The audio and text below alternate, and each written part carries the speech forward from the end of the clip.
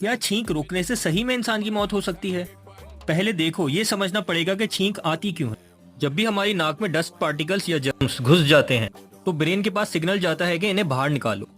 तो ब्रेन छींक की मदद से इन्हें बाहर निकालता है। और हमें जो छींक आती है वो 160 किलोमीटर पर आवर की स्पीड से आती है, मतलब इतनी ज्यादा फोर्स और प्रेशर लगता है। और अगर तुम छींक रोकते हो तो ये प्रेशर तुम्हारी बॉडी के अंदर ही रह जाए, जिससे तुम्हारे गले में छेद हो सकता है, कान के पर्दे फट सकते हैं, तुम्हारी आंखों की नसें एकदम लाल होकर फूल सकती हैं, ब्रेन में इन्फेक्शन हो सकता है। तो आइंदा छींक कभी ना रोको।